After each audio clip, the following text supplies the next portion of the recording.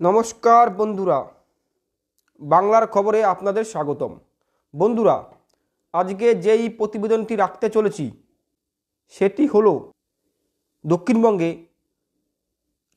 পঞ্চম দফায় 20 মে যে 7খানা লোকসভা কেন্দ্রে ভোট হবে, সেই 7খানা লোকসভা কেন্দ্রে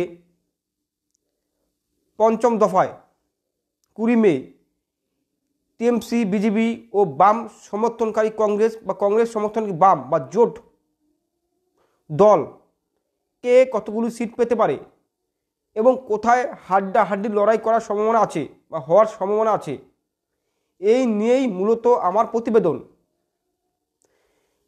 তাহলে আগে দেখে নেওয়া যাক 7খানা লোকসভা কেন্দ্রগুলো কি কি। শ্রীরামপুর, ব্যারাকপুর, বনগাঁ, হুগলি, আরামবাগ, হাওড়া, উলবেড়িয়া। কি কি? শ্রীরামপুর, ব্যারাকপুর, বনগাঁ, হুগলি, হাওড়া, উলবেড়িয়া ও আরামবাগ। এই 7খানা লোকসভা কেন্দ্র যদি আমি 2019 সালের দাঁড়িয়ে 24 সালে বিচার করি, তাহলে এই 7খানা কেন্দ্রেই টিএমসি ও বিজেপি মূলত হাড্ডাহাড্ডি লড়াই দিয়েছিল। এখানে এই 7টা কেন্দ্রে কারো দুর্গ বা গড় বলা যেতে পারে না, কারণ এই 7খানা কেন্দ্রে 19 সালে 3টি বিজেপি ও 4টি টিএমসি দখল করেছিল। যদিও বলে রাখি, সরকারের টিএমসি বা তৃণমূল কংগ্রেস তার ফেভারে কিছু সিট থাকবেই বেশি। তাই এই 7খানা কেন্দ্রে 24 সালে কে কতগুলো সিট দখল করতে পারে, কোথায় হাড্ডাহাড্ডি লড়াই হবে, এই নিয়েই মূলত আমার প্রতিবেদন। তাহলে বিজেপি কোন কোন সিটগুলো পেতে পারে? বনগাঁ, ব্যারাকপুর, হুগলি ও আরামবাগ। গতবার ছিল হুগলি, ব্যারাকপুর ও বনগাঁ দখলে ছিল বিজেপির। এবার দখলে আনতে পারে এই 3টি সমেত আরামবাগ, 4টি দখলে আনতে পারে। যদিও সমীক্ষা বলেছে ব্যারাকপুরে পার্থ ভৌমিক ও অর্জুন সিংয়ের মধ্যে হাড্ডাহাড্ডি লড়াই হবে। যদিও অর্জুন সিংয়ের দিকে পাল্লা ভাই রেখেছেন, তার কারণও এখানে হিন্দিভাষী বা বিহারি ভাই বোনরা প্রচুর থাকে। আরামবাগে কেন এগিয়ে রাখা হয়েছে বিজেপিকে? কারণ আরামবাগে গতবার 19 সালে অপরূপা পোদ্দার প্রায় 1,500 ভোটে 0.1% প্রায় 1,500 ভোটে জিতেছিলেন। তাই এখানে আগিয়ে রাখা হয়েছে বিজেপিকে। আপনাদের একটা কথা বলে রাখি, লোকসভা ভোট ও বিধানসভা ভোট প্রচুর ফারাক আছে।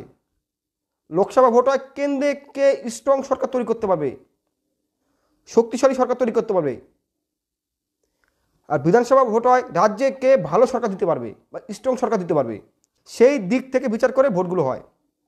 যদি 19 সালে লোকসভা ভোটে বিজেপির ভোট পার্সেন্টেজ 40 থাকে, ধরা যাক 21 সালে কোনো কোনো কেন্দ্রে বিধানসভায় নিরিখে বিচার করলে 3-4% কমে যায়।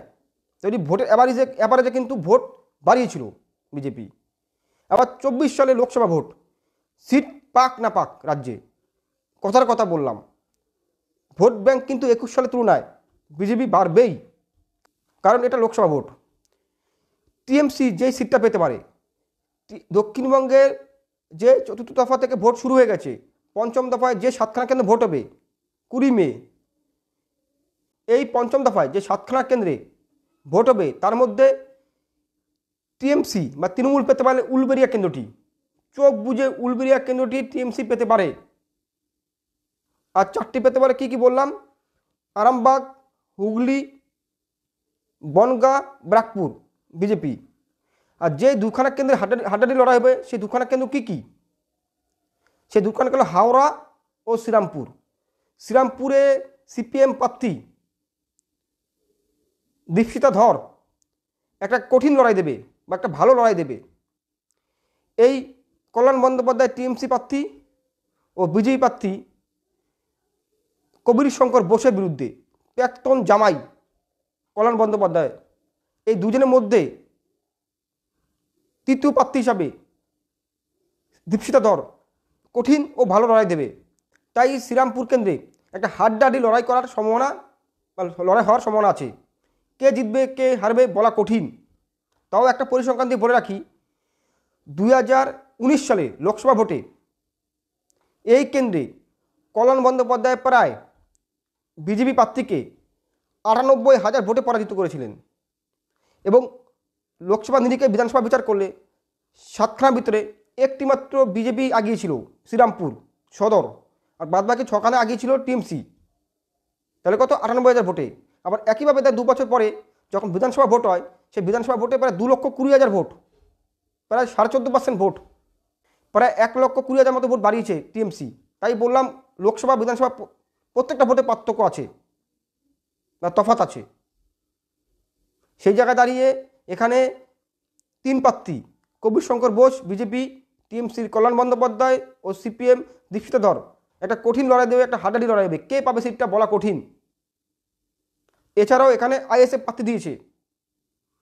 একইভাবে যেই কেন্দ্রে এবারও হাড্ডাহাড্ডি লড়াই হতে চলেছে বা চলছে, সেটি হলো হাওড়া লোকসভা কেন্দ্র।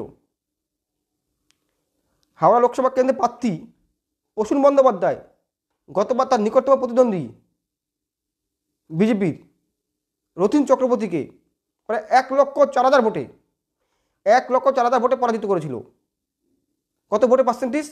প্রায় 8.5%, 8.5% ভোটে। এবং একইভাবে 2 বছর পরে যখন বিধানসভা ভোট হয়, তখন এখানে থাবা বসে আবার টিএমসি, প্রায় 2,14,000 ভোট, প্রায় 1,04,000 ভোট বাড়ায় টিএমসি। এবং সাতখানা বিধানসভা কেন্দ্র 7খানা দখল করতে পারে কে? টিএমসি, হাওড়া লোকসভা কেন্দ্রের আন্ডারে। এবং 19 সালে লোকসভা নিরিখে বিচার করলে বিধানসভা কেন্দ্রগুলোর মধ্যে একটিতে আগিয়ে ছিল বিজেপি, হাওড়া উত্তর, আর বাদবাকি 6খানাতে আগিয়ে ছিল টিএমসিপি বা টিএমসি।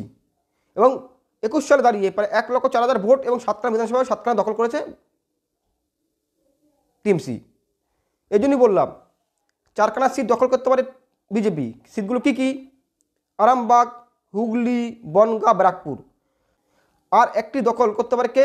টিএমসিপি, উলবেরিয়া। আর বাদবাকি 2টি হাওড়া ও শ্রীরামপুরে হাড্ডাহাড্ডি লড়াই হবে টিএমসি, বিজেপি ও বাম প্রার্থীর বা বাম প্রার্থীদের মধ্যে। আপনারা কমেন্ট করে বলুন, এই 7খানা লোকসভা কেন্দ্রে যে 5ম দফায় 20 মে ভোট গ্রহণ পর্ব চলবে, 4 জুন যে ফলাফল ঘোষণা হবে, এই 7খানা সিটে কে কতগুলো সিট পেতে পারে। নমস্কার।